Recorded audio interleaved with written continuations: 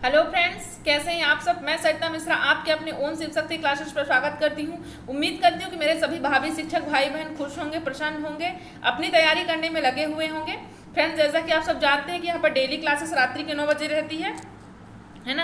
हम यहाँ पर डेली क्लासेस अटेंड करते हैं, चाहे संडे हो या मंडे, तीज हो त्यौहार, लेकिन क्लास हम डेली यहाँ पर अटेंड करते हैं।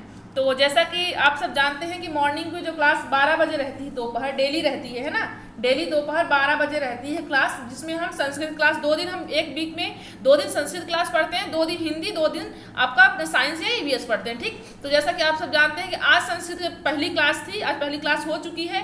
तो जिन्होंने नहीं देखा है वो देख लेंगे और कल भी यहाँ पर ज्वाइन करेंगे 12 बजे दिन के। ठीक, चलिए फिर इसके बाद हम नेक्स्ट डे, जैसे हमका मंडे ट्यूसडे अपन का शेड्यूल है अपन संस्कृत, फिर ट्यूसडे वेडनेसडे अपना हम हिंदी पढ़ेंगे। ठीक, फिर अपना साइंस पढ़ेंगे 2 दिन, ऐसे करके अपना शेड्यूल हमने बनाया है। तो चलिए चलते हैं सेशन की ओर, देख लेते हैं क्या पढ़ना है आज हमको। तो सबसे पहले चैनल में आने से पहले सबसे पहले आप सब्सक्राइब कीजिए चैनल को, है ना। पहला काम है आपका यहाँ पर सब्सक्राइब करना, इस चैनल को सब्सक्राइब कीजिए। दूसरा आपका यहाँ पर दूसरे टर्म्स में आपको क्या करना है, आपको बेल आइकन को प्रेस करना है। यहाँ पर जो बेल दी हुई है, ये बेल आपकी मंदिर वाली बेल दी हुई है, अगर आप इसको प्रेस करेंगे तभी आपके चैनल पे यहाँ आपको बेल की आवाज़ आएगी, है ना, कि नोटिफिकेशन आएगा, मतलब आप मैम की क्लास स्टार्ट हो चुकी है सर की। ठीक, चलिए तो आई होप आप सभी लोग कर लिए होंगे, जो नहीं किए हैं बिल्कुल कर लेंगे। ठीक है, तभी आपको क्लासेस का नोटिफिकेशन मिलेगा, वरना नहीं मिलेगा। तीसरा टर्म्स है आपका यहाँ पर लाइक करके जाइए सभी लोग, है ना। सभी लोग जितने लाइव क्लास में देखते हैं फ्रेंड्स, सभी लोग लाइक करके जाएं। और तीसरा काम है यहाँ पर आपका, चौथा काम है कि शेयर करना, है ना। तो इस शेयर करने को तो आप सबसे पहले रखिएगा, है भले लास्ट, लेकिन सबसे आपको शुरुआत ही करना है ना। सबसे पहले शेयर करके आइए, इसके बाद मन लगाकर क्लास में पढ़िए। तो चलिए चलते हैं अपने सेशन की ओर। आज जान लेते हैं कि यहाँ पर क्या पढ़ेंगे हम। तो पहले आप टेलीग्राम की लिंक ले लीजिए, टेलीग्राम की लिंक है, यहाँ पर जुड़ जाइए आप लोग। ये चैनल की लिंक है तो यहाँ भी जुड़ जाइए। चलिए, तो आज हम यहाँ पर मैथ पेडागॉजी पढ़ेंगे। क्या पढ़ेंगे? मैथ पेडागॉजी प्रैक्टिस करेंगे। जैसा कि आप सब जानते हैं कि एमपी डेट वालों के भी एग्जाम डेट समथिंग है ना। सीटेट के भी आ जाएगी जल्द से, डेट आने में क्या टाइम लगता है ना। तो ये तो है कि फॉर्म तो सभी के फिल हो चुके हैं, बस तो डेट तो आनी है। तो आपको डेट आने में कोई प्रॉब्लम, बस आपका रिविजन भी तो होना चाहिए ना। तो हम यहाँ पर मैथ्स पेडागॉजी बहुत दिनों से नहीं किया था, तो आज हम यहाँ पर मैथ्स पेडागॉजी करेंगे। ठीक है, तो चलिए चलते हैं अपने सेशन की ओर, देखते हैं कि मैथ्स पेडागॉजी में क्या खास है। वैसे हमने बहुत दिनों से नहीं पढ़ा था, हमारी 1-2 क्लास हो चुकी थी मैथ्स पेडागॉजी की, जिसमें हम डायग्राम बेस आपको शिक्षण सामग्री बहुत अच्छे तरीके से हमने समझाया साथ में सभी फ्रेंड्स। तो उम्मीद करती हूँ अगर जिन लोगों ने नहीं देखा है पहले मैथ्स पेडागॉजी की शिक्षण सामग्री संबंधी क्लास, वो जाकर के प्लेलिस्ट में जाएंगे तो मैथ्स पेडागॉजी भी आपको मिल जाएगी, है ना। मैथ्स पेडागॉजी में प्लेलिस्ट में सारी क्लासेस डली हुई हैं। हिंदी व्याकरण का देखना तो हिंदी व्याकरण की डली हुई है, हिंदी पेडागॉजी देखना तो हिंदी पेडागॉजी आप प्लेलिस्ट में जाएंगे तो मिल जाएगी, सभी क्लासेस प्लेलिस्ट में डली हुई है। चलिए तो हम चलते हैं अपने सेशन की ओर। तो जैसा कि आप सब जानते हैं कि मैं निःशुल्क शैक्षिक मार्गदर्शन प्रदान करने के लिए मैं प्रतिबद्ध हूँ आप सबके साथ। तो आप सब भी प्रतिबद्ध हो जाइए मेरे साथ अपनी तैयारी को बेहतर करने के लिए, साथ ही साथ क्लासेस को शेयर करने के लिए, ये चीज़ ध्यान रखिएगा। ठीक, चलिए तो हम ईश्वर को नमन करते हुए अपने पहले क्वेश्चन की ओर चलते हैं, देखते हैं क्या है हमारा पहला क्वेश्चन यहाँ पर आज का। चलिए तो क्वेश्चन करते हैं, देखिए क्या कह रहा क्वेश्चन। कक्षा सेकंड के विद्यार्थियों को, क्या है यहाँ पर, कक्षा सेकंड के विद्यार्थियों को एक शिक्षक योग जोड़ सिखा रहा है। कक्षा कोई सेकंड क्लास का बच्चा है जिसको टीचर जी क्या कर रहे हैं, योग यानी जोड़ सिखा रहे हैं ना, उनको ऐड करना सिखा रहे हैं। तो निम्नलिखित में से कौन सी युक्ति का अनुसरण सर्वाधिक उपयुक्त है। मतलब टीचर अगर बच्चों को जोड़ या घटाना सिखा रहा है, तो अभी यहाँ पर सिर्फ जोड़ सिखा रहे हैं, तो अगर टीचर बच्चे को जोड़ सिखा रहे हैं तो यहाँ पर ऐसा कौन सा ऑप्शन है जिसको सबसे पहले उसको टर्म्स बच्चे को देकर इसके बाद आपको जोड़ सिखाना चाहिए, बताइएगा। ऐसा कौन सा टर्म्स है जिसको आप यूज करने के बाद बच्चे को आपको यहाँ पर जोड़ घटाना सिखाना चाहिए। देख लीजिए पहला क्या कह रहा है कि शाब्दिक प्रश्नों के प्रयोग केवल मूल्यांकन हेतु किया जाना चाहिए, क्या ये होगा। या सेकंड, योग जोड़ को शाब्दिक प्रश्नों द्वारा प्रस्तुत करना चाहिए। या तीसरा, शाब्दिक प्रश्नों को अध्याय के अंत में कराया जाना चाहिए। या कक्षा सेकंड में शाब्दिक प्रश्नों को ना कराया जाए। बताएं क्या होगा राइट ऑप्शन आपका यहाँ पर, सभी लोग आंसर करेंगे। जिन भाई बहनों ने जो मेरे फ्रेंड्स शेयर नहीं किए हैं वो ईमानदारी शेयर करके आएंगे, ठीक है। नहीं बीच में मेरे को ना बोलना पड़े, बार बार क्लास डिस्टर्ब होती है, तो आप लोग बीच में जा करके शेयर कर दिया करिए। जो साथी शेयर करके आते हैं अच्छी बात है, आप बता दीजिए कि यहाँ पर मैथ पेडागॉजी भी मिलती है, हिंदी पेडागॉजी, ईवीएस पेडागॉजी, और आपको क्लास कंटेंट भी मिलता है, साथ साथ आपको संस्कृत की भी क्लास मिलने वाली है। तो अपने सभी फ्रेंड्सों को, एक फ्रेंड्स को सूचित कर दीजिए। है ना, क्योंकि कोई चार्जेस तो है नहीं, फ्री की क्लासेस। तो आप सब अगर एंजॉय कर रहे हैं तो अपने दोस्तों को भी तो इन्वाइट कर दीजिए, नहीं तो गलत बात है अगर आप अकेले पढ़ रहे हैं तो, है ना। ये आपका नैतिक धर्म नहीं कहता कि आप अकेले पढ़ें। एक टीचर होने जा रहे हैं, भविष्य की भाभी हैं तो बस आपके इसी महीने या तो 2-3 में जैसे एग्जाम हो जाएगा तो आप शिक्षक बन जाएंगे, तो आपका दायित्व बनता है ना कि आपको उस हिसाब से एक्टिविटी भी करना आरंभ कर देना चाहिए आपको ना। तो आई होप बहुत सारे साथी करते भी, जो नहीं करते हैं तो बिल्कुल करना स्टार्ट कर दें, है ना। चलिए तो बताइए, टीचर अगर जोड़ सिखाना चाहता है तो सबसे पहले कौन से यहाँ पर ऑप्शन पर उसको फॉलो करना चाहिए, बताइए। तो मालूम है आपको कि बच्चे वैसे आंकी फर्स्ट क्लास का बच्चा है, तो यहाँ पर ऐसा तो होगा नहीं कि बच्चे को आप 2+2 लिख दिए, 2+2 तो वो 4 बता देगा आपको, है ना। ऐसा तो वो बताएगा नहीं आपको, ये भी कंफर्म मालूम है। तो यहाँ पर ऑप्शन देख लेते कौन सा ऐसा ऑप्शन है जो आपको सबसे बेस्ट है इसमें। तो शाब्दिक प्रश्नों को अध्याय के अंत में कराना चाहिए। क्या यहाँ पर तो ऐसा कुछ बात है नहीं कि शाब्दिक को किसमें कराना चाहिए, बाद में कौन सा कराना चाहिए, ऐसा तो कुछ टर्म्स लिखा नहीं है इसमें, है ना। तो ये आपका रॉन्ग हुआ। कक्षा सेकंड के शाब्दिक प्रश्नों को ना कराया जाए, अरे ये कैसी बात है, नहीं कराया जाएगा तो कौन करेगा उसको, बच्चा कैसे सीखेगा, ये भी आपका रॉन्ग हुआ, है ना। अब फर्स्ट वाला क्या कहता है कि शाब्दिक प्रश्नों का प्रयोग केवल मूल्यांकन हेतु किया जाना चाहिए। मतलब जो शब्दों से, जैसे कि कहना चाहिए कि आपको अगर आप 2+2 आप न्यूमेरिकल ना लिख करके आप शब्दों में लिख दिए कि ये 2 है ना, ये क्या है, या फिर आपने क्या किया, कोई ऐसी सामग्री हो आपके पास, जैसे मान लीजिए कि अगर बच्चे को हमको जोड़ सिखाना है तो बच्चा नहीं सीख पा रहा है, नहीं समझ पा रहा है ना, उसको आप क्या बताओगे, बार बार फिंगर बताओगे, बेटा आपके हाथ में कितनी फिंगर है, आप फिंगर ही काउंट करके बताओगे उसको कि ये आपका रहा 2, ये रहा 2, ये तो ये टोटल 4 हुआ। उसको शब्दों का भी यहाँ पर मिल गया, है ना। तो यहाँ पर जो हमारा ऑप्शन है वो कौन सा हो जाएगा, वो ऑप्शन नंबर बी हो जाएगा, क्योंकि यहाँ पर जो शाब्दिक प्रश्नों से आप बताओगे तो बच्चा और भी आसानी से समझ पाएगा, है ना। तो आप शाब्दिक प्रश्नों को ज्यादा से ज्यादा प्रयोग करेंगे तो वो अच्छा बेटर रहेगा। या फिर आप कोई मटेरियल हो आपके पास, कोई सामग्री हो आपके पास, जैसे मान लीजिए पेन हो, पेंसिल हो, है ना, कुछ भी हो, तो आप उसको बोल दीजिए कि ये एक पेन रखा, ये पेन रखा, तो ये टोटल मिल करके यहाँ पर ये 4 हो गए। तो आप कोई मटेरियल से भी बता सकते हो, है ना। तो रियल लाइफ एग्जांपल से बताओगे तो बच्चा आसानी से समझ पाएगा। तो आई होप आपको समझ में आया होगा, ऑप्शन नंबर बी यहाँ पर राइट होगा। चलिए हम बात कर लेते हैं नेक्स्ट क्वेश्चन की। क्या कह रहा है नेक्स्ट क्वेश्चन, थोड़ा लेंदी है, तो क्वेश्चन लेंदी है, इसके मैथ्स पेडागोजी कोई बात नहीं, हम समझ लेंगे, है ना। इसीलिए क्वेश्चन में थोड़ा डिटेल से बता देती हूँ कि क्वेश्चन क्या कहना चाहता है। चलिए देखिए, एक अध्यापक क्या है, एक अध्यापक कक्षा फर्स्ट के शिक्षार्थियों को संख्या, यहाँ पर नंबर सिस्टम है ना, नंबर सिस्टम से मतलब है संख्या जो है विषय का ज्ञान दे रहे हैं, है ना। संख्याओं का वो क्या कर रहे हैं, संख्याओं विषय का वो ज्ञान दे रहे हैं। कौन, टीचर, फर्स्ट क्लास का बच्चा है, ध्यान रखिएगा। अध्यापक द्वारा निम्नलिखित में से किस उपागम का अनुसरण करना सबसे अधिक उपयुक्त है, बताइए। यहाँ पर कक्षा फर्स्ट के विद्यार्थी को टीचर जी क्या कर रहे हैं, नंबर से संबंधित वहां पर चैप्टर पढ़ा रहे हैं, सब्जेक्ट पढ़ा, ज्ञान दे रहे हैं उस चीज का। तो अध्यापक को सबसे पहले उसको पढ़ाने से पहले कौन से यहाँ पर ऑप्शन है जिसका उन्हें फॉलो करना चाहिए, बताइए। तो पहला ऑप्शन क्या कह रहा है आपका, यहाँ पर अंकों का परिचय गणना से पहले दिया जाना चाहिए। मतलब पहले आप परिचय दे दें गणना का, इसके बाद पहले अंकों का परिचय दे दें, फिर इसका गणना बताएं, ये करना चाहिए।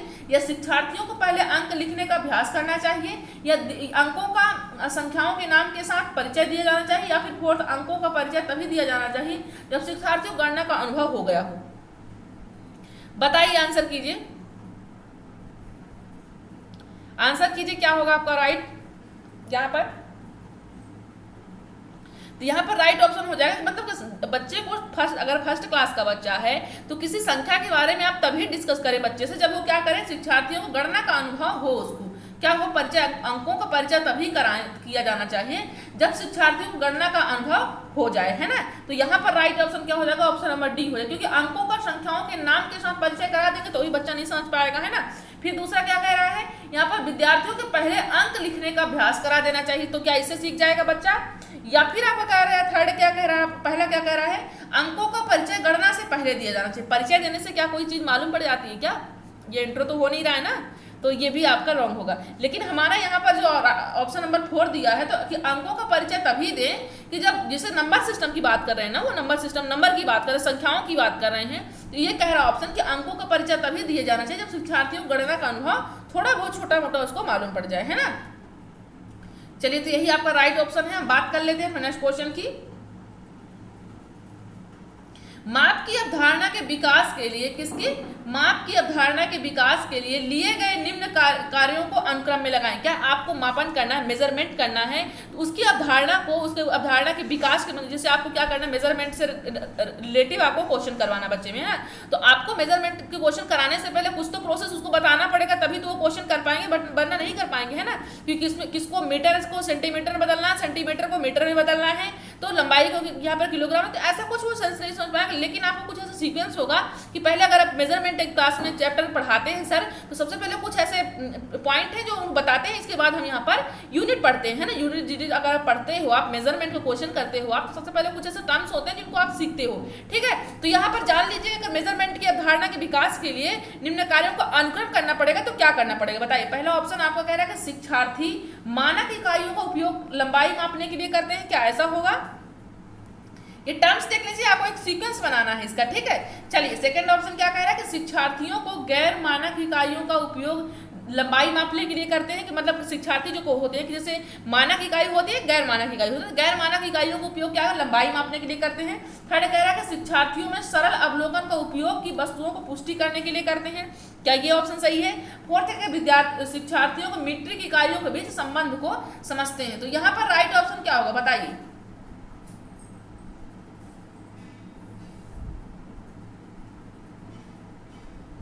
यहाँ पर जो आपने यहाँ पर दिया है, अवधारणा के विकास लिए गए निम्न कार्यों को अनुक्रम में लगाएं, बताइए। तो यहाँ पर आपका ये और भी आगे दिया हुआ है, ये चीज मैं आपको नहीं दिखाना भूल गई। ये देखिए आपको यहाँ पर ऐसा सीक्वेंस लगाना, ये आपका सीक्वेंस दिया है, तो यहाँ पर बताइए कौन सा ऐसा सीक्वेंस होगा जो आप यहाँ पर, क्योंकि पहले क्या दे रखा है आपका मेजरमेंट की अवधारणा को बताने के लिए, समझाने के लिए, उससे रिलेटेड क्वेश्चन सॉल्व करने के लिए आपको क्या सीक्वेंस यहाँ फॉलो करना पड़ेगा। क्या पहले आपको शिक्षार्थी मानक इकाइयों का उपयोग लंबाई मापने के लिए करते हैं, ये सीक्वेंस लगाएंगे। सेकंड शिक्षार्थी गैर मानक इकाई उपयोग करते हैं, ये सीक्वेंस लगाएंगे। या शिक्षार्थी यहाँ पर शिक्षार्थी सरल अवलोकन का उपयोग की वस्तुओं की पुष्टि करने के लिए करते हैं। या फिर फोर्थ आप कर देंगे कि शिक्षार्थी और मैट्रिक इकाइयों के बीच संबंध को समझते हैं। तो कौन सा सीक्वेंस आप इसको फॉलो करोगे बताइए, फास्ट आंसर करेंगे सभी लोग।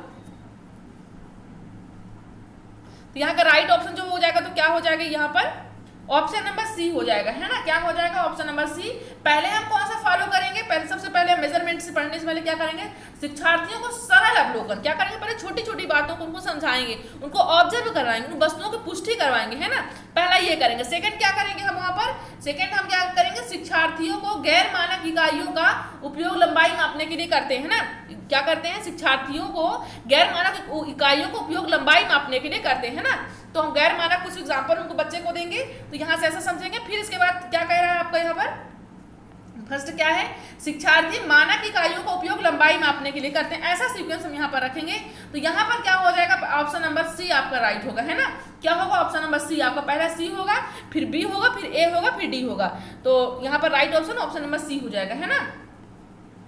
तो चलिए हम बात कर लेते हैं अपने नेक्स्ट क्वेश्चन की, देखते हैं क्या कह रहा है नेक्स्ट क्वेश्चन। तो जो साथी आज संस्कृत क्लास में मिस हो गए थे, मतलब कि क्लास नहीं ले पाए थे, क्योंकि यहाँ पर नाम जो मेरे पास आया था संस्कृत क्लास के लिए, मैंने कहा था 30+ रहेंगे तभी क्लासेस स्टार्ट होगी, है ना। दोपहर 12 बजे क्लास में हमने टारगेट रखा था कि 30 रखेंगे, है ना। तो 20 तक तो गए, लेकिन 10 लोग जो है वो गायब थे, कहाँ थे, क्यों नाम उन्होंने दिया, नाम देने के बाद वो अगर वो प्रॉब्लम में थे फिर कोई बात नहीं, लेकिन उनको 12 बजे इसलिए मैं क्लास रखी ताकि सभी लोग फ्री हो पाए, है ना। तो आप लोग के लिए शेड्यूल आप सबसे पूछ कर ही बनाए, फिर आप लोग क्लास अटेंड क्यों नहीं करते हैं, ये तो गलत बात है ना। तो जब मैं मेहनत का कंटेंट दे रही हूँ तो आपको लाइव क्लास अटेंड करना चाहिए। तो जो लोग क्लास अटेंड नहीं करते, मैं सबका नाम रखी हूँ, ध्यान रखिएगा, मैं सबका नाम रखी, जिनको मैंने संस्कृत क्लास के लिए पूछा था, आप सबसे पूछ करके ही मैंने क्लास दिया है ना, अपने से मैंने क्लास नहीं दिया है। आप सबसे इसीलिए पहले पूछ लेती हूँ कि आप सब लोग की इच्छाएं क्या है, आप लोग किस हिसाब से पढ़ना चाहते हो, क्योंकि पढ़ना आपको है, पढ़ाना मुझे है ना। मैं तो आपको बहुत सारा कंटेंट दे सकती हूँ, क्या पर आप उतना सफिशिएंट समझते हो उस चीज को या नहीं समझते हो। तो इसलिए मैं पूछ रही हूँ कि जिनका नाम मेरे पास संस्कृत का है, तो मैंने देखा है कुछ वो फ्रेंड्स नहीं थे, है ना क्लास में, तो वो सभी कल रहेंगे। मैंने नाम में बताऊंगी कौन से लोग यहाँ पर नाम दिए थे और संस्कृत क्लास अटेंड नहीं करते, ये गलत बात है ना। ऐसा मत समझिए कि हम यहाँ पर ऑनलाइन पढ़ाते हैं तो हम यहाँ पर कोई जांच परख नहीं करते, मैं चेक करती हूँ कि मेरे कौन से साथी यहाँ पर क्लास अटेंड कर रहे हैं, कौन से नहीं कर रहे हैं ना। तो हम सिर्फ यहाँ पर ऑनलाइन जरूर है, लेकिन हमारी भावनाएं ऑनलाइन नहीं है, है ना, पास में ही है। हमारी भावनाएं जो है एक सी है कि हमारे कौन से साथी क्लास अटेंड कर रहे हैं, कौन से नहीं कर रहे हैं तो रीजन क्या है, मैं सब ये जानने की कोशिश करती हूँ और ये पता भी करती रहती हूँ, ये मत सोचिएगा, है ना। तो यहाँ पर सभी लोग यहाँ पर क्लासेस अटेंड कीजिए। चलिए देख लेते हैं नेक्स्ट क्वेश्चन क्या कह रहा है यहाँ पर। एनसीएफ 2005 के ये जो है आपका एनसीएफ 2005 के विजन, यानी जो आपका एनसीएफ 2005 है आपका, है ना, नेशनल कैरिकुलम फ्रेमवर्क जो है आपका, तो यहाँ पर स्टेटमेंट के अनुसार एनसीएफ के अनुसार स्कूल का जो गणित है, गणित एक ऐसी स्थिति में होता है जहाँ पर क्या होता है, गणित एनसीएफ 2005 के अनुसार मैथमेटिक्स का जो यहाँ पर स्कोप है, जो मैथमेटिक्स की जो एक प्लेसमेंट है, वो कौन सी स्थिति में होता है, यहाँ पर ऑप्शन आंसर कीजिए।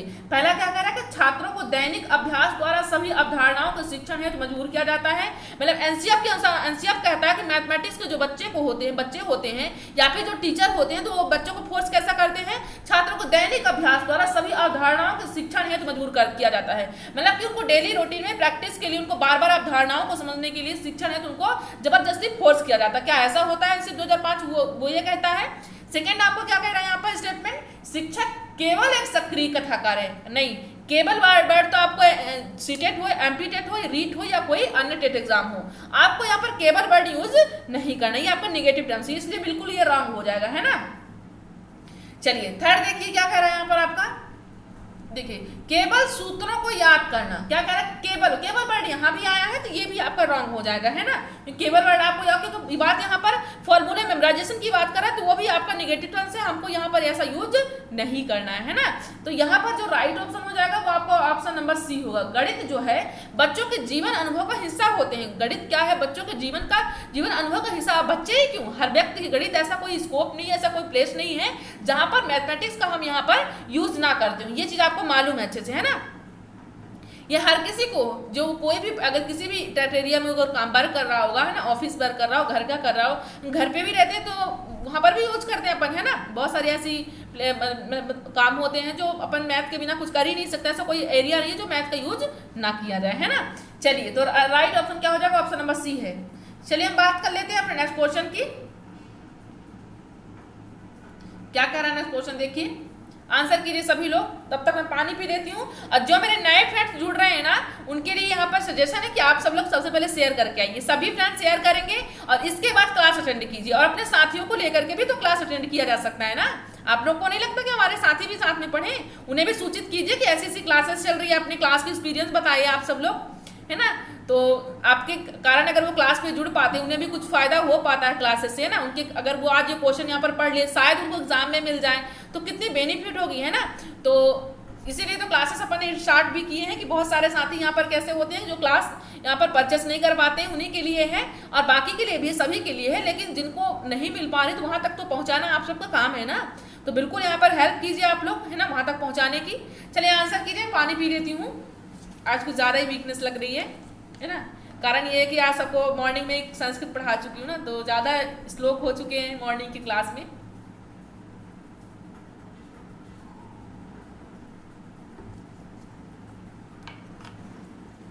वैसे जो फ्रेंड्स संस्कृत क्लास लिए हैं वो तो मैंने पूछा उन सबसे, तो सभी लोग ने बताया कि अच्छा ही था, है ना। उम्मीद करती हूँ सभी को अच्छा लगा होगा। चलिए तो कल भी हम संस्कृत क्लास रहेगी, जो साथी नहीं जुड़े हैं बिल्कुल जुड़ जाएंगे, क्योंकि अपन जो यहाँ से आपके संस्कृत क्वेश्चन बनता है बिल्कुल हिंदी की जैसे ही है ना। बस आपको क्या करना है, कुछ वर्ण ऐसे होते हैं कि जो आपको संस्कृत के जैसे लगते हैं, बाकी सब कुछ यहाँ पर हिंदी है, तो वो टेंशन लेने की कोई बात नहीं। मैं आपको उपसर्ग भी कराऊंगी संस्कृत में, प्रत्यय भी कराऊंगी, आपको धातु रूप भी कराऊंगी, लकार सब कुछ कराऊंगी, है ना। आपको सफिशिएंट मैटर आपको वहां पर मैं दूंगी, तो आप लोग परेशान मत होइएगा, है ना। आपको अच्छे नंबर आएंगे आपके, है ना। चलिए बताइए यहाँ पर देखिए, स्व अध्ययन के बारे में क्या सत्य नहीं है। स्व अध्ययन स्वयं का अध्ययन के बारे में कौन सी बात यहाँ पर राइट नहीं, बताइए। इस अर्थ स्वयं द्वारा सीखना होता है, इसका अर्थ जो स्व अध्ययन की बात कर रहा है, इसका अर्थ जो होता है वो स्वयं द्वारा सीखना होता है, क्या ये सेंस होता है। कौन सा सत्य नहीं की बात कर रहा है, क्या कर रहा है ये स्व अध्ययन, यहाँ पर कौन सा सत्य नहीं है। सेकंड क्या कर रहा है कि यह छात्रों में समस्या समाधान दृष्टिकोण हल करने में मदद करता है। जो स्व अध्ययन होता है ये छात्रों में क्या करता है, समस्या समाधान दृष्टिकोण हल करने में मदद करता है, मतलब प्रॉब्लम सॉल्विंग का ये काम करता है। कौन, स्वयं का अध्ययन, स्वयं का प्रयास ये होता है। थर्ड कह रहा है कि यह छात्रों की नियमित प्रगति को सुनिश्चित करता है। ये छात्रों क्या करता है, जो आपका स्वयं का अध्ययन होता है, सेल्फ स्टडी होती है ना, जो आपका सेल्फ असेसमेंट होता है, तो यहाँ पर छात्रों की नियमित प्रगति को सुनिश्चित करता है। या फिर फोर्थ कह रहा है यह विषय में छात्रों की रुचि विकसित करने में मदद नहीं करना। ऐसा तो होता नहीं ना कि मदद नहीं करता है, ऐसे ये तो गलत बात है कि विषय में छात्रों की रुचि विकसित करने में मदद नहीं करता। स्वयं बिल्कुल करता है। स्वयं से अगर प्रैक्टिस कर रहे हो ना, स्वयं का अगर आप यहाँ पर जैसे टेस्ट देते हो, क्लास अटेंड करते हो, क्लास अटेंड करने के बाद टेस्ट अगर दे रहे हो आप लोग है ना, कितने नंबर मेरे सही आ रहे हैं, तो ये क्या है, आपको रुचि विकसित करती है पढ़ने में और आपको मदद मिलती है कि हमारे इतने नंबर गलत हुए, तो ये हमारे क्यों गलत हुए, हम इसको और भी अच्छे से बेटर तरीके से परफॉर्म करेंगे, है ना। तो आई होप आपको समझ में आया होगा। चलिए हम बात कर लेते हैं अपने नेक्स्ट क्वेश्चन की, देखते हैं क्या कह रहा है नेक्स्ट क्वेश्चन यहाँ पर। सभी लोग बताइएगा।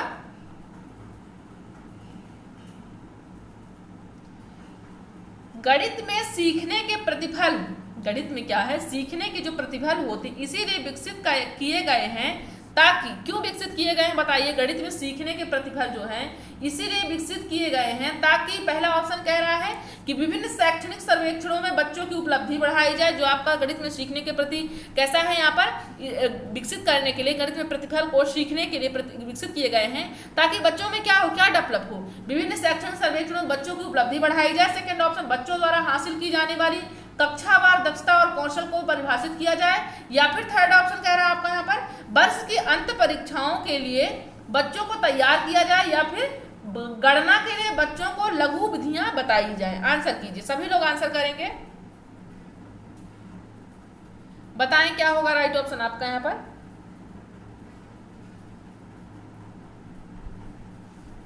क्वेश्चन देख लीजिए एक बार और देख लीजिए क्या कह रहा है आपका। गणित में सीखने के प्रतिफल, जो आप सीखते हो जिस चीज को, उसके जो आपको रिजल्ट मिलते हैं, तो इसलिए विकसित किए गए हैं। क्यों, ताकि क्या हो आपका, ताकि बच्चे द्वारा हासिल की जाने वाली कक्षावार दक्षता और कौशल को परिभाषित किया जा सके, है ना। बच्चों द्वारा जो सीखने की जैसे प्रतिफल, मतलब आपको जो कोई आप सीखते हो कोई चीज को, उसका रिजल्ट देना क्यों जरूरी होता है, उसका रीजन ये है कि बच्चे ने जो हासिल किया है, बच्चे के द्वारा जो हासिल किया गया है, तो क्लासेस में उसके हम जब स्किल को दिखा पाए, परिभाषित कर पाए, ये हमारा यहाँ पर बता रहा है ना। राइट ऑप्शन क्या हो जाएगा, ऑप्शन नंबर बी आपका राइट होगा, है ना। 6 का क्या हो जाएगा, ऑप्शन नंबर बी राइट होगा। तो आई होप आपको समझ में आया होगा, है ना। चलिए हम बात कर लेते हैं अपने नेक्स्ट क्वेश्चन की। क्या कह रहा है नेक्स्ट क्वेश्चन, आप लोग आंसर कीजिए, सभी लोग आंसर करें, क्या होगा राइट ऑप्शन आपका यहाँ पर, बताएं सभी लोग कि निम्नलिखित में से क्या है, निम्नलिखित में से कक्षा में हो रहा कौन सा कार्य एक गतिविधि है, बताइए। निम्नलिखित में से कक्षा में हो रहा कौन सा कार्य एक गतिविधि है, आंसर करेंगे सभी लोग। पहला ऑप्शन कह रहा है कि बच्चों द्वारा कविता के रूप में गिनती का वाचन, या फिर सेकंड कह रहा है बच्चों द्वारा श्यामपट्ट से नकल करना, या फिर थर्ड कह रहा है बच्चों का अन्वेषण में लगना, या फिर फोर्थ कह रहा है शिक्षक समझते हैं कि प्रश्न कैसे हल करें, बताएं, आंसर कीजिए, सभी लोग आंसर करें क्या होगा। मतलब कक्षा में कौन सा एक, यहाँ पर निम्नलिखित में से कक्षा में हो रहा कौन सा एक कार्य गतिविधि, एक्टिविटी कौन से ऐसे ऑप्शन है जिसमें कुछ न कुछ बच्चा क्या कर रहा है, एक्टिविटी कर रहा है। तो पहला ऑप्शन आपने देखा कि बच्चे द्वारा, यहाँ पर क्या हो रहा है, पहले ऑप्शन में बच्चे द्वारा कविता के रूप में गिनती का वाचन, कविता के रूप में गिनती का वाचन के जैसे अगर क्या काउंटिंग 1 2 3 को आपने क्या किया, एक पोयम के तरीके से आपने सुनाया, तो क्या ये एक्टिविटी हो रही है। सेकंड ऑप्शन कह रहा है कि बच्चे द्वारा श्यामपट्ट से नकल करना, मतलब बच्चे को आप क्या करो, श्यामपट्ट पर आप बहुत सारी चीजें मटेरियल लिख दो, है ना, काउंटिंग लिख दो, बच्चे को क्या करो, आप इसको कॉपी कर लो बेटा। तो यहाँ पर क्या है, ये आप एक्टिविटी हो रही है, कोई अच्छी सी एक्टिविटी हो रही है। और फिर फोर्थ कह रहा है शिक्षक समझते हैं कि प्रश्न को कैसे हल करें, शिक्षक समझते हैं कि प्रश्न कैसे हल करें, ये कोई एक्टिविटी तो नहीं है ना, है ना, कैसे हल करना है। तो बताइए ऑप्शन क्या होगा राइट आपका, यहाँ पर आपका राइट ऑप्शन जो हो जाएगा वो ऑप्शन नंबर सी हो जाएगा, है ना। क्योंकि यहाँ पर अन्वेषण में, यहाँ पर एक्सप्लोरेशन की बात हो रही है, चीजें बच्चा क्या कर रहा है, ब्रॉड कर रहा है, अन्वेषण कर रहा है, खोज कर रहा है, एक्टिविटी कर रहा है ना। तो यहाँ पर जो होगी एक एक्टिविटी हो रही है ना, अन्वेषण हो रहा है, खोज कर रहा है, तो क्या हो रहा है, एक गतिविधि यानी एक्टिविटी हो रही है। इसलिए राइट ऑप्शन जो आपको हो जाएगा ऑप्शन नंबर सी आपका राइट होगा, है ना, ऑप्शन नंबर सी आपका राइट हो जाएगा। चलिए तो हम बात कर लेते हैं नेक्स्ट क्वेश्चन की, देख लेते हैं क्या कह रहा है नेक्स्ट क्वेश्चन आपका यहाँ पर। सभी लोग आंसर करते रहेंगे। जो साथी नए जुड़ते जा रहे हैं उनको बार बार बता रही हूँ कि डेली क्लासेस रहती हैं, डेली क्लास अटेंड कीजिए। चैनल को सबसे पहले सब्सक्राइब जरूर कर लें, है ना, बेल आइकन भी प्रेस कर लीजिए। आप लोग को नोटिफिकेशन की बहुत प्रॉब्लम रहती है ना, तो किसी भी साथी को नोटिफिकेशन की प्रॉब्लम नहीं होनी चाहिए। चलिए तो देख लेते हैं यहाँ पर क्या कह रहा है। यहाँ पर क्वेश्चन, अशिक्षित दुकानदार, क्या है यहाँ पर, अशिक्षित दुकानदार द्वारा उपयोग किए जाने वाले गणित, क्या है, अशिक्षित दुकानदार द्वारा उपयोग किए जाने वाले गणित। पहला ऑप्शन क्या कह रहा है यहाँ पर, सभी गणितीय समस्याओं को हल करने में बहुत उपयोगी है। जो अशिक्षित दुकानदार होते हैं और उनके द्वारा जो कैलकुलेशन वो करते हैं वो लोग, क्योंकि वो तो आपको मालूम है कि अगर कोई आप कॉम्पिटेटिव एग्जाम की प्रिपरेशन कर रहा होगा वो तो हम सबसे ही फास्ट कर लेते हैं ना, शॉपकीपर जो भी होती हैं वो बहुत फास्ट कैलकुलेशन कर लेते हैं ना। तो जो उनका गणित होता है किस टाइप के, कैसी गणित वो सीख रखे होते हैं कि जो हमसे ही फास्ट वो कैलकुलेशन कर लेते हैं ना। आप सामान लिए वो आपको पल भर में आपको वहाँ पर बता दें कि आपका कितना यहाँ पर पैसा बन चुका है ना, बिल आपका कितना बन चुका है। इसलिए बताइए उनकी जो मैथमेटिक्स होती है वो किस स्तर की होती है, बताइए। यहाँ पर सभी गणितीय समस्याओं को हल करने में बहुत उपयोगी, मतलब जो उनकी मैथमेटिक्स होती है तो वो सभी गणितीय समस्याओं को हल करने में बहुत उपयोगी होती है। क्या ऐसी मेंटेलिटी उनकी रहती है या उनकी इतनी मैथ स्ट्रांग होती है कि वो सभी जितनी प्रॉब्लम आएंगी सबको हल कर लेंगे, या फिर उनमें अस्पष्टता और बहुत कम स्तर की शुद्धता होती है, मतलब उनमें अस्पष्टता होती है, स्पष्ट नहीं रहती कोई चीजें और बहुत कम स्तर की शुद्धता होती है। क्या ऐसा होता है उनकी मैथमेटिक्स। फिर थर्ड क्या कह रहा है कि उनकी संबंधित यानी उस गणित की संबंधित समस्याओं को हल करने में वैकल्पिक रणनीति के रूप में कक्षाओं में शिक्षकों द्वारा चर्चा की जानी चाहिए। क्या हो, मतलब कहने का ये है कि जो उनकी समस्याओं को हल करने में, जैसे आप क्या CISI पढ़ते हो आप ना, जो आप CISI पढ़ते हो तो आपको मालूम है कि CI और SI का यूज हम कहाँ भी करते हैं, हम बैंकिंग में भी करते हैं ना, बैंक में भी करते हैं। तो बैंक में क्या, बैंक कौन पैसा जमा तो गाँव के लोग भी करते हैं ना, सिटी के लोग भी, हर जगह के लोग करते हैं ना। ये तो ये जरूरी नहीं कि सिर्फ शॉपकीपर ही करता है या कोई अदर व्यक्ति, हर कोई करता है ना, बैंक में पैसे हर कोई रखता है। तो क्या CISI सिर्फ बैंक वाले ही जानेंगे, बाकी जो जमा करते वो भी तो जानते हैं कि हमारी ब्याज कितनी बनी हुई है ना। तो यहाँ पर जो जानते हैं तो उनकी मैथमेटिक्स कैसी है बताइए यहाँ पर। फिर फोर्थ देख लीजिए, गणित कक्षा में उपयोगी नहीं है, क्या ऐसा है। तो यहाँ पर जो राइट ऑप्शन होगा बताइए सभी लोग क्या होगा, अशिक्षित दुकानदार द्वारा उपयोग किए जाने वाले गणित किस टाइप के गणित होते हैं बताएं। यहाँ का right option option number C हो जाएगा, है ना। क्या होगा, ऑप्शन नंबर सी आपका राइट होगा कि उनकी जो गणितीय समस्याओं को हल करने में जो दुकानदार, अशिक्षित दुकानदार क्या करते हैं, उपयोग करते हैं, जो मैथमेटिक्स का उपयोग करते हैं। तो क्या करना चाहिए, टीचर को क्या करना चाहिए, तो वो टीचर को करना चाहिए संबंधित समस्याओं को हल करने में वैकल्पिक रणनीति के रूप में कक्षाओं में शिक्षकों द्वारा चर्चा की जानी चाहिए, है ना। क्या करनी चाहिए, चर्चा की जानी चाहिए कि आखिर इतने पैसे कहाँ से, अगर आपने 2 पेन लिया, जैसे अब जरूरी तो नहीं कि आप टीचर ही पेन को बेचता है, ये तो आपको मालूम शॉपकीपर ही बेचता होगा ना। तो यहाँ पर अगर पेन, जैसे पेन कॉपी की बात होती है कि 2 पेन की कीमत इतनी थी, है ना, 2 पेन की कीमत 10 रुपए थी, तो यहाँ पर 10 पेन की कीमत कितनी हो जाएगी। तो आपको ये मालूम है कि आप सिर्फ सोचते रह जाओगे लेकिन दुकान वाला आपको तुरंत बता देगा इतने पैसे हो चुके हैं। अब इस चीज को क्या करें, अब जो उनकी मैथमेटिक्स, क्या ऐसा थोड़ी है कि आपको मैथमेटिक्स आती नहीं, आपको भी तो आती है ना, आप भी तो MA PSC जो भी आपने कर रखा है तो आपको भी तो मैथमेटिक्स आती है, उनको भी आती है, लेकिन उनको फास्ट क्यों आती है। तो अगर ऐसा कुछ है तो यहाँ पर टीचर क्या करना चाहिए, टीचर को उनकी समस्याओं को एक वैकल्पिक तौर के रूप में, नॉर्मल कहना चाहिए, रियल लाइफ एग्जाम्पल के तहत आपको टीचर को स्कूल में क्लासेस में डिस्कस करना चाहिए, है ना, कि ऐसा से ऐसा भी होता है। तो राइट ऑप्शन यहाँ पर हो जाएगा, ऑप्शन नंबर सी आपका राइट होगा। चलिए हम बात कर लेते हैं अपने नेक्स्ट क्वेश्चन की, बताइए आंसर कीजिएगा। गणित सीखने के संबंध में, है ना, गणित सीखने के संबंध में निम्नलिखित में से कौन सा कथन सत्य है। यहाँ पर 15 नंबर की आपकी मैथ पेडागोगी आती है, चाहे वो CTET हो, MP टेट हो, रीट हो या UP टेट हो या कोई भी टेट का एग्जाम हो, है ना, बिहार टेट भी होने वाला है एग्जाम। तो यहाँ पर कोई भी टेट का एग्जाम हो तो यहाँ पर आपका मैथ पेडागोगी बनती है ना। तो सभी लोग यहाँ पर आंसर करेंगे, बताइए। और पेडागोगी तो आपके CDP में भी आती है, हिंदी में भी आती है, EVS में भी आती है। आंसर करें सभी लोग, क्या होगा राइट ऑप्शन अब यहाँ पर आपका। गणित सीखने के संबंध में निम्नलिखित में कौन सा कथन सत्य है। आमतौर पर लड़कियां गणित में कमजोर होती हैं, क्या ये सत्य है, या फिर हर कोई गणित सीख सकता है, ये सत्य है। थर्ड कह रहा है गणित केवल कठोर अभ्यास से सीखा जा सकता है, क्या ये सत्य है। फोर्थ कह रहा है गणित सीखने के लिए एक कठिन विषय है। राइट ऑप्शन क्या होगा बता, गणित सीखने के विषय में संबंध में निम्नलिखित में से कौन सा कथन सत्य है, बताइए।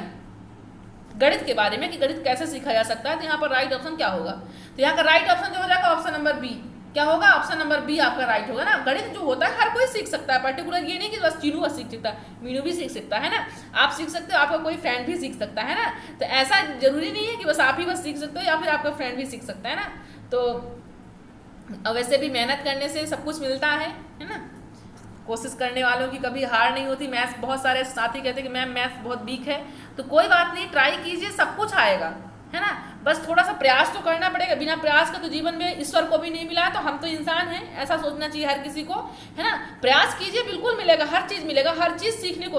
हाँ, आप किसी पर टाइम दीजिए तभी आपको वो चीज़ मालूम पड़ेगी, है ना। हिंदी पढ़िए, इंग्लिश पढ़िए, मैथ पढ़िए, जीके रीजनिंग जो भी आप पढ़िए, आप उसको एक टाइमिंग दीजिए, है ना, एक्चुअल टाइम दीजिए, तो आपको भी वो चीज़ आएगी। ये चीज़ आपको ध्यान में रखना चाहिए। चलिए बताइए, आंसर कीजिए। एक बच्चे से यह पूछने पर, क्या है यहाँ पर क्वेश्चन, क्या है, एक बच्चे से यह पूछने पर कि क्षेत्रफल क्या है। क्वेश्चन क्या कह रहा है, क्वेश्चन देख लीजिए। एक बच्चे से यह पूछने पर कि क्षेत्रफल क्या है, टीचर क्या पूछ रहे हैं बच्चे से, एक बच्चे से पूछ रहे हैं कि क्षेत्रफल क्या है, बताइए। यहाँ पर क्षेत्रफल क्या है ना। उसने लंबाई गुणे चौड़ाई उत्तर दिया। जब टीचर ने क्या पूछा कि क्षेत्रफल क्या है, तो बच्चे ने क्या किया कि लंबाई गुणे चौड़ाई है, जो तो क्षेत्रफल होता है वो लंबाई गुणे चौड़ाई है, उसने ऐसा आंसर किया। फिर क्षेत्रफल की अवधारणा के बारे में, बच्चे की समझ के बारे में आप क्या कह सकते हैं। अब टीचर तो क्षेत्रफल पूछा है कि क्षेत्रफल क्या होता है, तो बच्चे ने क्या जवाब दिया, लंबाई गुणे चौड़ाई दिया है। अब अगर ये आंसर बच्चा कर रहा है तो इसकी अवधारणा के बारे में, इसकी समझ के बारे में आप क्या कह सकते हैं, बताइए। यहाँ पर कौन सा ऐसा ऑप्शन है कि जो इस अवधारणा के तहत उसने बताया है, आंसर कीजिएगा आप सभी लोग। पहला ऑप्शन देख लीजिए, क्या है कि बच्चे ने क्यों यह आंसर किया कि लंबाई गुणे चौड़ाई। पहले ऑप्शन देखिए क्या कह रहा है कि बच्चे ने किसी भी बंद आकार के क्षेत्रफल के सामान्य विचार को आयत के क्षेत्रफल के रूप में उपयोग किया है, या फिर बच्चा सही कह रहा है कि क्षेत्रफल लंबाई गुणे चौड़ाई है, या फिर बच्चा क्षेत्रफल और परिमाप की अवधारणा के बीच उलझन में है, या फिर आपका फोर्थ ऑप्शन कह रहा है कि बच्चे को क्षेत्रफल की अवधारणा के बारे में कोई जानकारी नहीं। बताइए, आंसर कीजिए आप सभी लोग, क्या होगा राइट ऑप्शन। वो क्यों, किस समझ के कारण वो बच्चों ने जवाब दिया कि लंबाई गुणे क्षेत्रफल क्या है, सर ने आंसर किया, तो बच्चे ने कहा लंबाई गुणे चौड़ाई है, तो क्यों कहा, बताइए। चूंकि रीजन ये है, राइट ऑप्शन आपका ऑप्शन नंबर ए होगा, है ना। क्या होगा राइट ऑप्शन नंबर ए होगा, जिसमें बच्चा क्या कर रहा है, बच्चे किसी भी बंद आकार के क्षेत्रफल के सामान्य विचार को आयत के क्षेत्रफल के रूप में उपयोग किया, है ना। उसने क्या किया, अगर वो घर को भी, दीवारों को भी देख रहा है तो भी उसने आयत के फॉर्म में उसने रखा, है ना। ट्रायंगल को भी देखता है तो वो भी एक आयत के फॉर्म में रखा, क्योंकि आपको जनरली मालूम है कि आयत क्या है, लंबाई गुणे चौड़ाई उसमें होता है ना। तो अब घर की दीवारें हैं तो वहां भी वो लंबाई गुणे चौड़ाई की उस पर, या फिर वो किसी ट्रायंगल को देखा तो वहां भी उसने लंबाई चौड़ाई की एक चीज से उसको ये मालूम पड़ा कि ये भी लंबाई, इसकी भी लंबाई होती है, इसकी जनरली भी दोनों की लंबाई चौड़ाई होती है, इसलिए वो उसने क्या किया, एक मानसिकता बनाई, इसलिए वो आंसर ऐसा किया, है ना। सभी को क्या करता है, एक सबको यही, जो भी उसके साथ वस्तुएं होती है तो उसको ये मालूम पड़ जाता है, ये अब रियलाइज करता है कि सभी चीज की एक लंबाई होती है, एक चौड़ाई होती है, इसलिए वो आंसर कर दिया, है ना। चलिए हम बात कर लेते हैं अपने नेक्स्ट क्वेश्चन की, देखते हैं क्या कह रहा है नेक्स्ट क्वेश्चन। सभी लोग आंसर कीजिएगा, क्या होगा। पाइथागोरस प्रमेय को, क्या यहाँ पर क्वेश्चन क्या कह रहा है, पाइथागोरस प्रमेय को सीखने के लिए एक शिक्षक ने एक शीट वितरित की। एक टीचर ने क्या किया, जैसे थेल्स प्रमेय को यहाँ पर सिद्ध करने के लिए एक टीचर ने क्या किया, शीट सेल किया, है ना, शीट वितरित किया क्लास में, तो जिस पर समकोण वाले 4 त्रिभुजों को खींचा गया था। क्या हुआ था उसमें, समकोण त्रिभुज वाले को 4 त्रिभुजों में खींचा गया था ना। जैसे आपको ये आपकी ये प्रमेय हो गई, है ना, तो ये आपका यहाँ पर पाइथागोरस प्रमेय बता दी गई, है ना।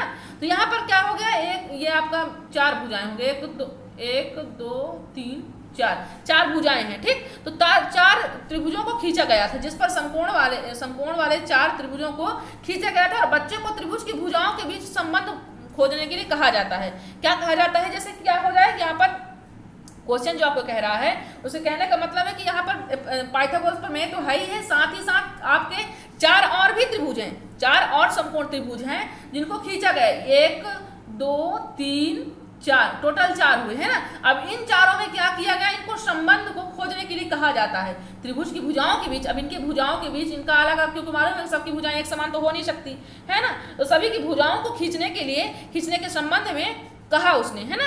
टीचर जी ने कहा कि त्रिभुज की भुजाओं के बीच संबंध खोजने के लिए कहा जा रहा। तो उपयुक्त परिस्थिति में शिक्षक ने प्रयोग किया। बताइए यहाँ पर जो टीचर क्या कर रहे हैं, पाइथागोरस प्रमेय से संबंधित वो कुछ खींचने के लिए कह रहे हैं, तो शिक्षक ने कौन सा प्रयोग किया है।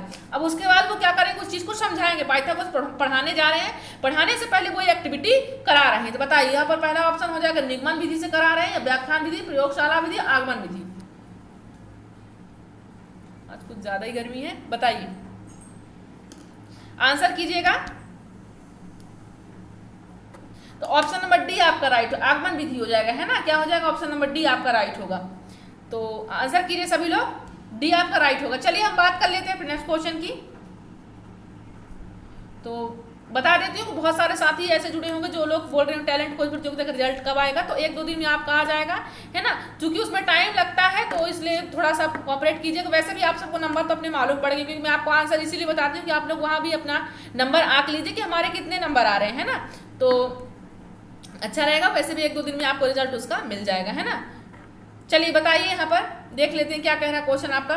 निम्नलिखित में से कौन सा कथन संकल्पना मानचित्र के बारे में सत्य नहीं है। मानचित्र क्या है, अच्छा मुझे मानचित्र से ये चीज याद आई कि मैं आपको मैप पढ़ाने वाली हुई ईबीएस में विद डायग्राम से पढ़ाने वाली हूँ। डायग्राम भी दूंगी और विद क्वेश्चन दूंगी, या 1 या 2 दिन से ऐसे समथिंग हम पढ़ लेंगे, ठीक। ताकि क्योंकि आपके जो सेट का क्वेश्चन होता है ना, मतलब जब एग्जाम होता है, सीटेट हो, एमपीटेट, रीट, जो भी कोई एग्जाम हो टेट का, उसमें मैप से क्वेश्चन जरूर बनता है ना, कि झारखंड से उड़ीसा की दिशा कौन सी है ना। तो छत्तीसगढ़ की एमपी आपका मध्य प्रदेश से कौन सी दिशा है। तो ये सब क्वेश्चन यहाँ से बहुत ज्यादा बनते हैं। तो हम इसको ही पढ़ लेंगे 1-2 क्लास में, तो आपको समझ में आएगा कि मैं अभी डायग्राम लेकर के आऊंगी, तो आपको आसानी समझ में आ जाएगा, है ना।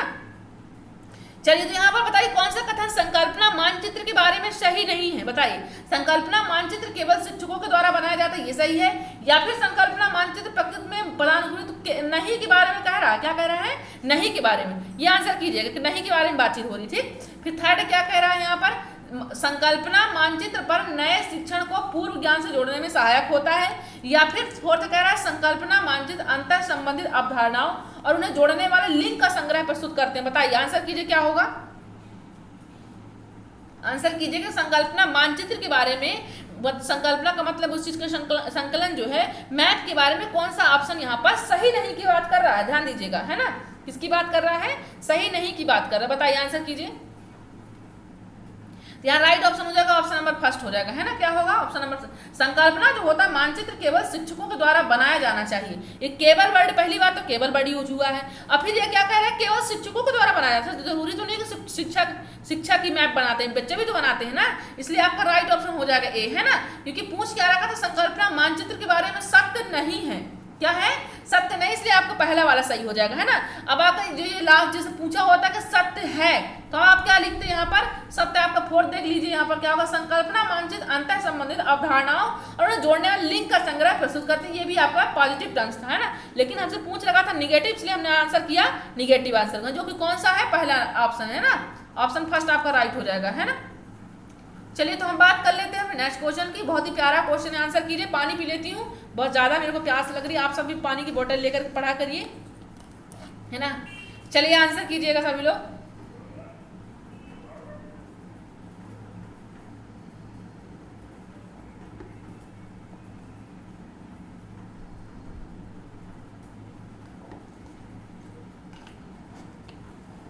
बताइए आंसर कीजिएगा। गणित सार संग्रह की रचना किसने की थी। बहुत आसान सा क्वेश्चन है, बहुत ज्यादा क्वेश्चन बनता है यहाँ से। बताइए, गणित सार संग्रह की रचना किसने की थी। महावीराचार्य ने की थी, श्रीधराचार्य ने की थी, भास्कराचार्य ने की थी, या गणेशाचार्य ने की थी। बताइए आंसर कीजिए सभी लोग। यह राइट ऑप्शन हो जाएगा, महावीराचार्य जी ने किया था ना। यहाँ पर गणित सार संग्रह के रचयिता कौन है, महावीराचार्य जी, है ना। Right option, option number first आपका होगा। चलिए तो हम बात कर लेते हैं नेक्स्ट क्वेश्चन की। बहुत इंपॉर्टेंट क्वेश्चन है, ध्यान दीजिएगा, ठीक है। चलिए आंसर कीजिएगा नेक्स्ट क्वेश्चन की।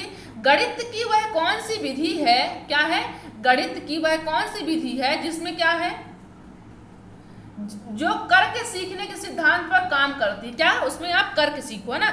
जिसमें छात्र अधिक सक्रिय रहते हैं, वह जिनके द्वारा नवीन तथ्यों की खोज की जा सकती है। प्रदर्शन विधि, प्रयोगशाला विधि, संश्लेषणात्मक विधि या प्रयोजना विधि। बताइए आंसर कीजिए। गणित की ऐसी कौन सी विधि है जिसमें बच्चा करके सीखता है, करके सीखने को सिद्धांत पर बल देता है, फिर दूसरा उसमें बच्चा ज्यादा एक्टिव रहता है, और फिर उसमें क्या करता है, चौथा क्या टर्म्स है, उसमें नई नई चीजों को खोजने की इसमें विकास होता है उसका। बताइए तो कौन सा राइट ऑप्शन होगा यहाँ पर।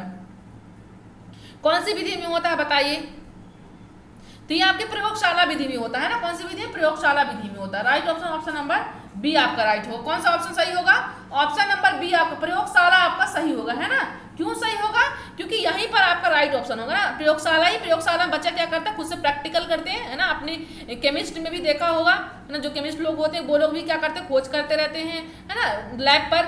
तो यहाँ पर साइंटिस्ट लोग भी जो साइंस से रहते हैं तो वो भी खोज करते रहते हैं। वो प्रयोगशाला में क्या करते हैं? स्वयं को सीखते हैं, प्रैक्टिस करते हैं। इसके बाद वो नई नई चीज़ों को खोज करते हैं कि आखिर ऐसा हुआ कि, है ना, ये चीज़ हुआ क्यों हुआ। तो राइट ऑप्शन जो हमारा हो जाएगा ऑप्शन नंबर बी हो जाएगा, है ना। चलिए हम बात कर लेते हैं अपने नेक्स्ट क्वेश्चन की। देख लेते हैं क्या कह रहा है नेक्स्ट क्वेश्चन हमारे यहाँ पर।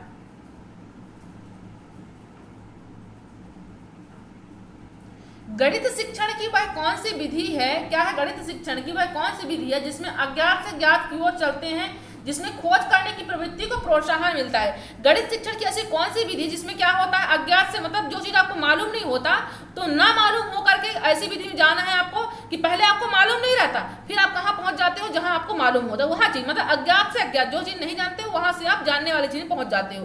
तो इस ऐसे जिसमें खोज करने की प्रवृत्ति को प्रोत्साहन भी मिलता है, ऐसी कौन सी विधियां? प्रयोगशाला विधि, विश्लेषणात्मक विधि, संश्लेषणात्मक विधि, प्रदर्शन विधि। आंसर कीजिए, फास्ट आंसर कीजिए सभी लोग। और सभी लोग जो नए साथी जुड़ते जा रहे हैं उनसे बार बार कह रही हूँ, है ना, रिक्वेस्ट कर रही हूँ, सभी लोग शेयर करेंगे, है ना। आप लोग बताइए कि यहाँ पर मैं आपको मैराथन क्लास भी डेली दूंगी, है ना। मैराथन क्लास सभी सब्जेक्टों को मैं देने वाली हूँ, 1.5 से 2 घंटे कंटिन्यू आपको दूंगी, है ना। बस ईश्वर मेरे को भी बचाए रखे, है ना। तो बिल्कुल क्लास मिलेगी, आप लोग के लिए पूरी कोशिश कर रही हूँ, है ना। 2 से 2.5 घंटे कंटिन्यू मैराथन क्लास, 2 से सभी सब्जेक्टों का मैराथन क्लास कर लेंगे तो हमारा यहाँ पर सभी क्वेश्चन संभवतः इंक्लूड हो जाएंगे, है ना। चलिए बताइए यहाँ पर, तो आप लोग सहयोग करेंगे तभी, है ना। अब जैसे बहुत सारे साथी कहते हैं नहीं 30 हम यहाँ पर लाइव रहेंगे संस्कृत क्लास में, लेकिन ऐसा हुआ नहीं, बहुत सारे साथी नहीं थे। तो कोई बात नहीं, शायद उनके पास कोई प्रॉब्लम रही होगी, मैं समझ रही हूँ उस प्रॉब्लम को, है ना। हर किसी की प्रॉब्लम हो जाती है, तो अगर प्रॉब्लम है तो डेली वो प्रॉब्लम ना रहे, ये चीज़ आप ध्यान रखिएगा, है ना। क्योंकि कल मैं जरूर देखूंगी कौन कौन है वो, है ना। जो आज थे वो उनको भी देखूंगे, जो नहीं आए हैं क्योंकि नाम उन्होंने दिया इसलिए क्लास मैंने स्टार्ट की, है ना। क्योंकि आप सबको मालूम है कि जो संस्कृत क्लास में टाइप करने में कितनी प्रॉब्लम जाती है वर्डों को, ये आपको मालूम होना चाहिए, ठीक है।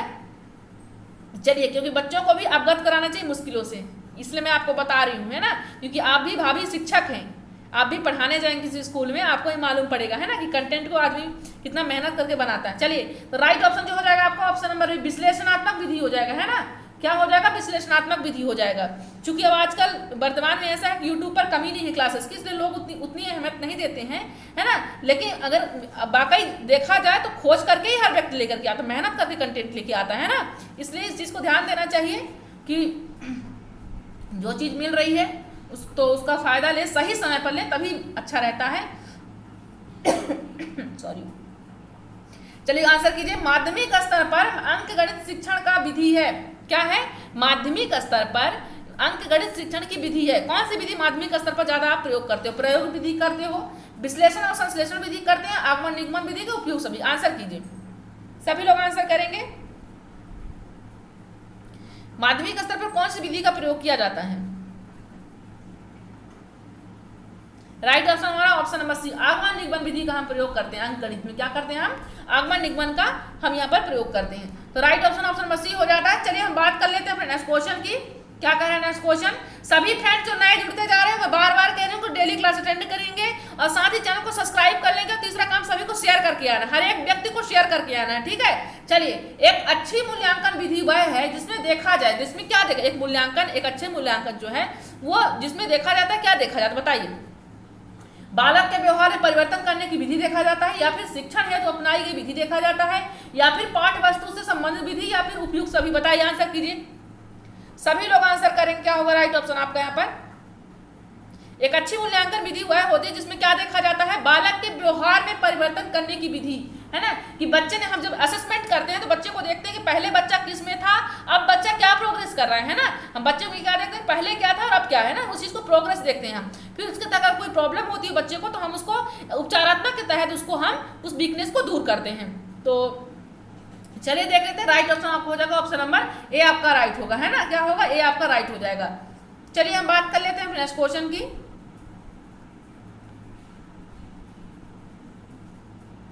अनुप्रयोग संबंधी प्राप्त उद्देश्य की प्राप्ति होती है जब, यहाँ पर क्या कह रहा क्वेश्चन कि अनुप्रयोग संबंधी प्राप्त उद्देश्य की प्राप्ति होती है। किससे संबंधित? अनुप्रयोग के संबंधी है। यहाँ पर ये अपू नहीं है, ये अनु है।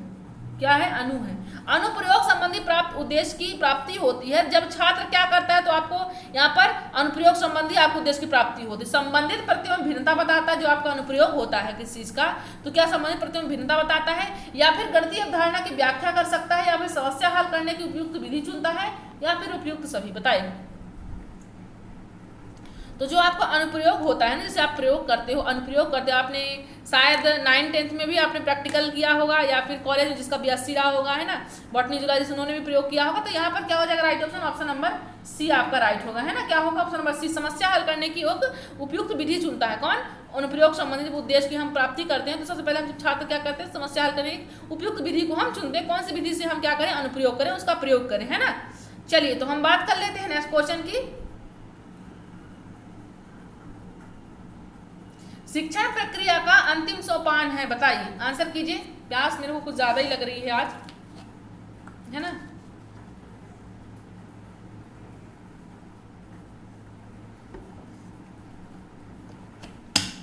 बताइए, आंसर कीजिए।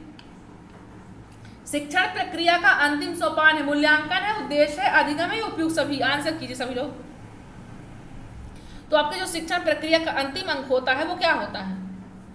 मूल्यांकन होता है। किसी भी चीज का अगर आप कोई अप्लाई कर रहे हो, आज अगर पढ़ाई कर रहे हो, तो आपको लास्ट आपको जो रिजल्ट मिलेगा, सर्टिफिकेट का रिजल्ट टेस्ट जो मिलेगी, तो आपका क्या होगा? मूल्यांकन ही होगा एक, है ना। तभी आपको क्या होगा? वो आपको कंप्लीटली टेस्ट कहलाएगा, है ना, क्योंकि एक मूल्यांकन हो जाएगा आपका। आपने क्लास में पढ़ाई की, पढ़ाई करने के बाद आपको जब टेस्ट लिया जाएगा तो क्या होगा? आपका मूल्यांकन किया जाएगा, है ना। इसलिए राइट ऑप्शन जो होगा ऑप्शन नंबर फर्स्ट आपका राइट होगा। चलिए तो हम बात कर लेते हैं अपने नेक्स्ट क्वेश्चन की। देख लेते हैं क्या कह रहा है नेक्स्ट क्वेश्चन। पाठ योजना का भाग नहीं होती। बताइए, पाठ योजना आपको मालूम है कि लेसन प्लान भी बनाया जाता है ना, तो लेसन प्लान का ऐसा कौन सा ऑप्शन है कि जो कि भाग नहीं होता? बताइए, आंसर कीजिए सभी लोग। सभी लोग आंसर करेंगे। क्या होगा राइट ऑप्शन? पाठ योजना का भाग नहीं होता। पहला कौन सा है? प्राप्त उद्देश्य है, या पाठ प्रस्तुति योजना है, या फिर शिक्षा के उद्देश्य है, उपयुक्त सभी। आंसर कीजिए।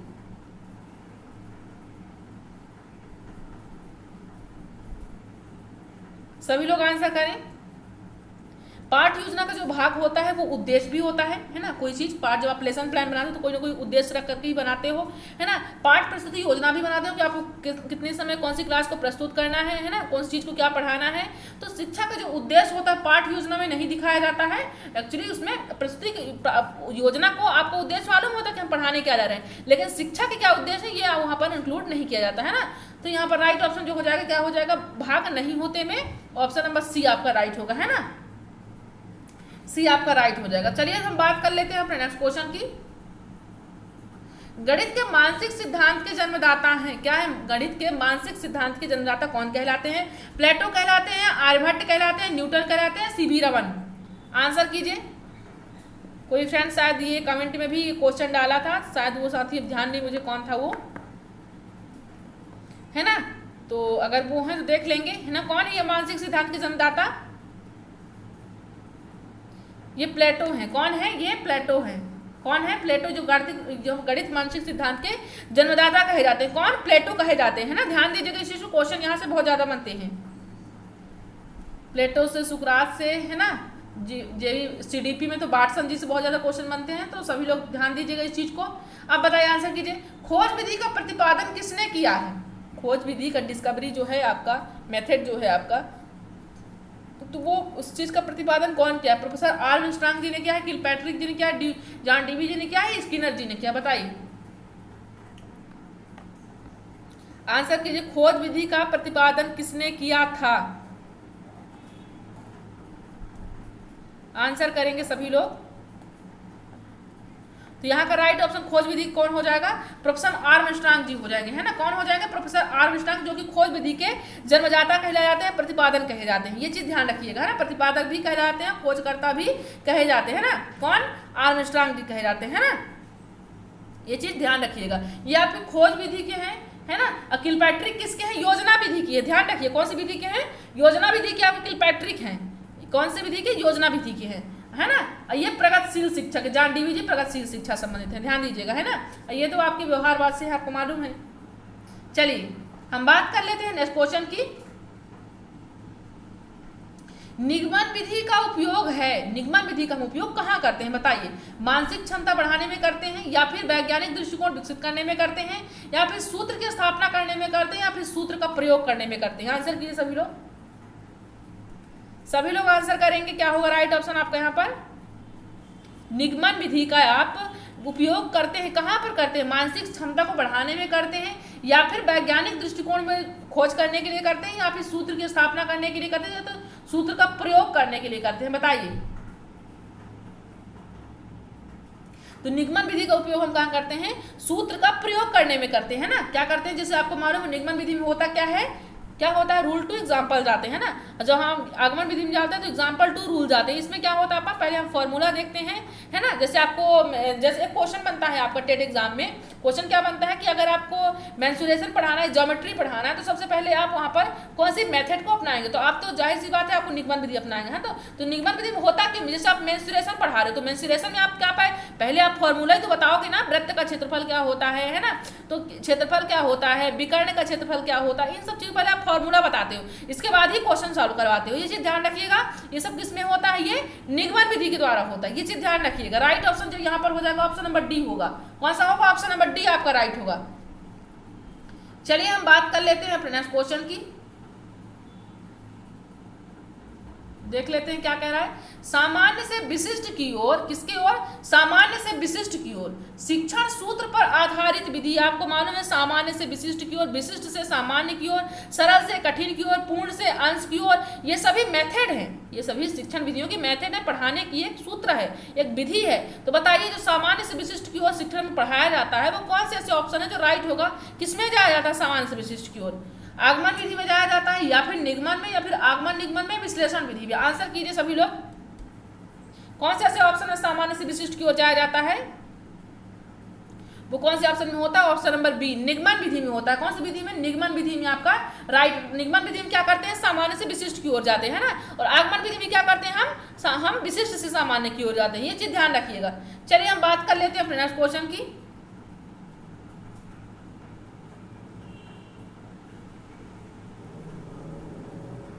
अब बताइए, विशिष्ट से सामान्य तथा स्थूल से सूक्ष्म की ओर शिक्षण सूत्र पर आधारित है। कौन कौन से यहाँ पर? पहला तो विशेष से सामान्य की ओर, दूसरा क्या है, स्थूल से सूक्ष्म की ओर।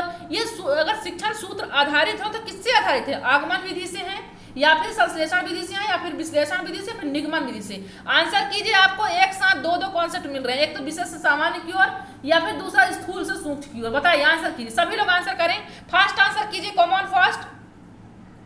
क्या हो जाएगा?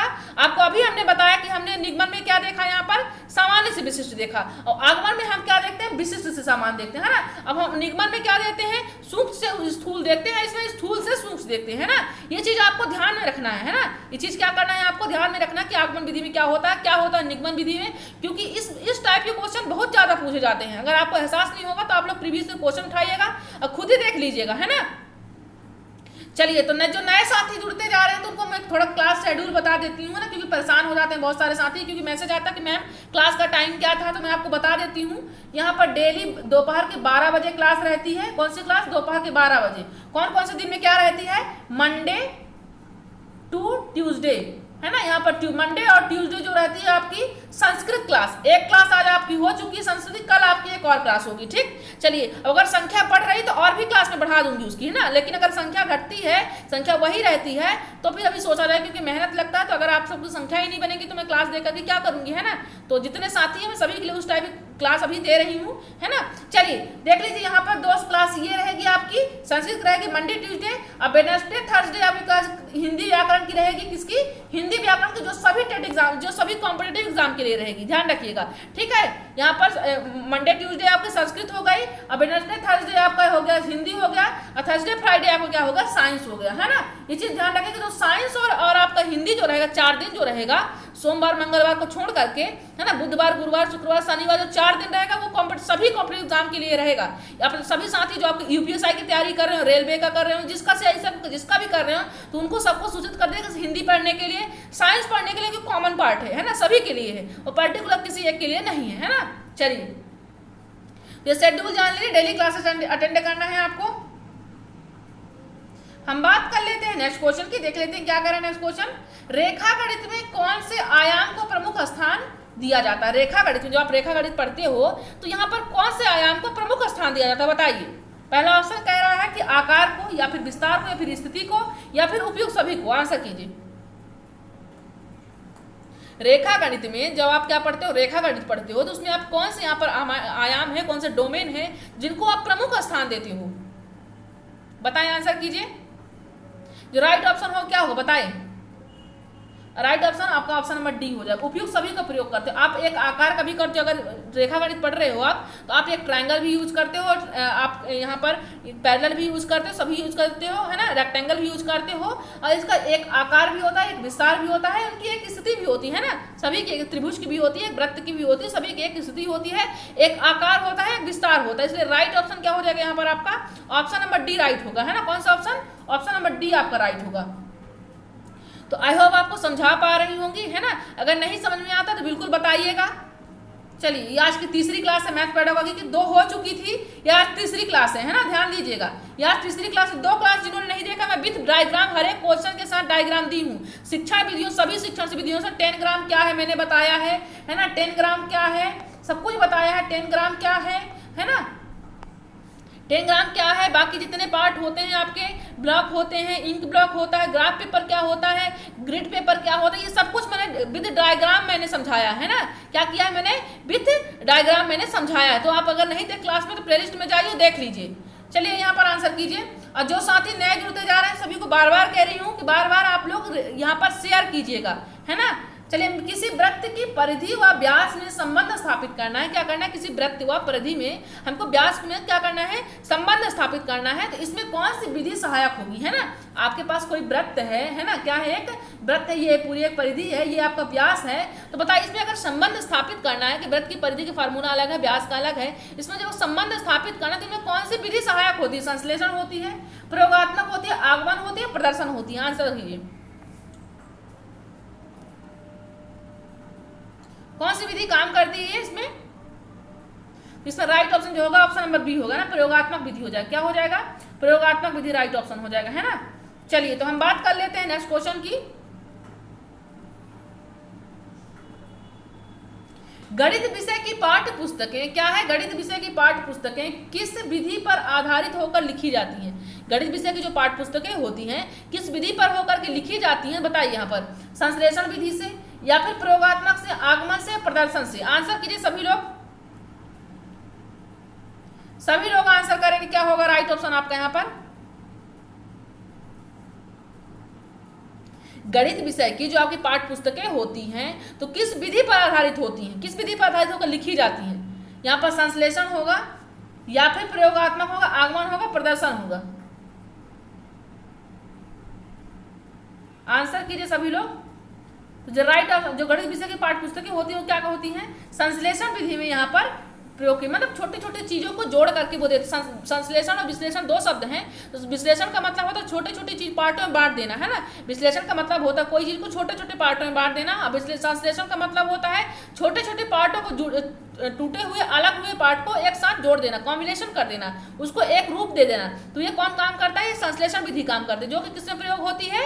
ये गणित विषय के पाठ्य पुस्तकों में प्रयोग होती है ना। ध्यान रखिए, कहाँ प्रयोग होती है? गणित विषय के पाठ्य पुस्तकों में ये विधि लाई जाती है। राइट ऑप्शन क्या होगा? ऑप्शन नंबर आपका फर्स्ट होगा। चलिए, तो हम बात कर लेते हैं नेक्स्ट क्वेश्चन की, देखते हैं क्या कह रहा है नेक्स्ट क्वेश्चन। बताइएगा, आंसर कीजिएगा।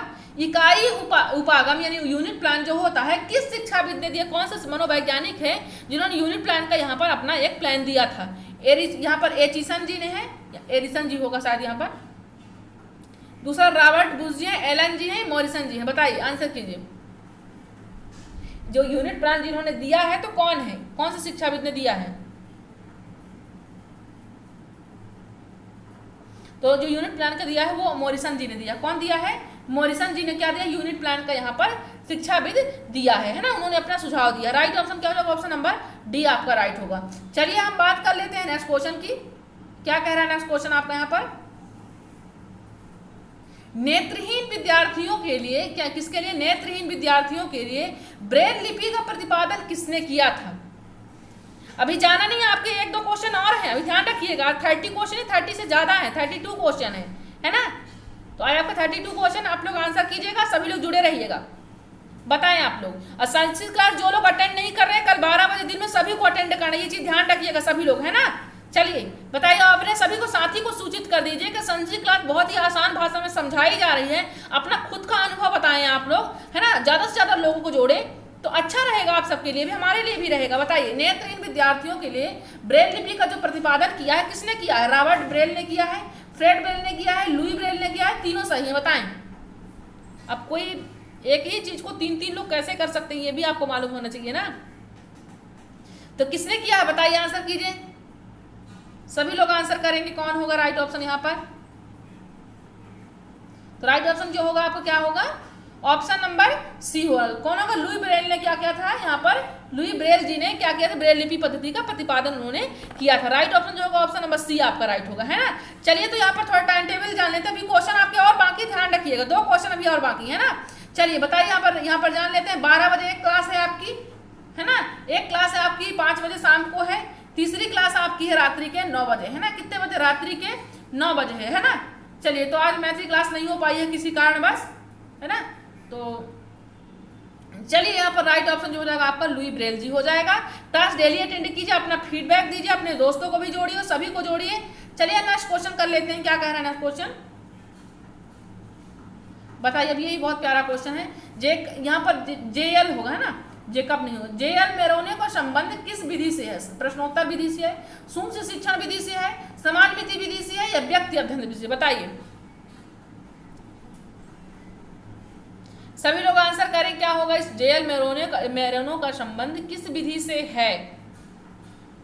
अब पहले बताइए, प्रश्नोत्तर विधि से संबंधित कौन है? प्रश्नोत्तर विधि के जो जनक है वो कौन है? बताइए, प्रतिपादन किसने किया था? बताएं सभी लोग। तो सुकरात जी ने किया था। प्रश्नोत्तर विधि का जो किया था प्रतिपादन कौन किया था? सुकरात जी ने किया, ध्यान दीजिएगा, है ना। तो जेएल मेरोने का संबंध किस विधि से है यहाँ पर? ये समाज मिति विधि से। कौन सी विधि से? समाज मिति विधि से, है ना। जेएल मेरोने जो है, मोरेनो जी, वो किससे संबंधित है? समाज विधि से संबंधित है। समाज से संबंधित यहाँ पर सब कुछ यहाँ पर इंक्लूड किया जाता है। इस विधि में समाज से संबंधित सब कुछ काम होता है ना। ये आपने देख लिया। राइट ऑप्शन जो है ऑप्शन नंबर सी आपका राइट होगा, है ना। कौन सा ऑप्शन? ऑप्शन नंबर सी आपका राइट होगा। तो क्लास आप लोग फ्रेंड्स डेली अटेंड कीजिए। कोई प्रॉब्लम हो तो आप लोग अपना पर्सनल व्हाट्सअप नंबर है मेरा, है ना, तो वो भी आप लोग यहाँ पर देख लीजिएगा, मैसेज कीजिएगा जो भी प्रॉब्लम होगी तो। चलिए नेक्स्ट क्वेश्चन की बात कर लेते हैं। तो नेक्स्ट क्वेश्चन नहीं है, शायद इतने ही क्वेश्चन थे। ये नंबर है मेरा पर्सनल व्हाट्सअप नंबर, इसमें कोई प्रॉब्लम तो मैसेज दे सकते हैं। ये नाम, ये आपका फेसबुक पेज है, seated and estate with Sarita ma'am से है। विथ क्या है?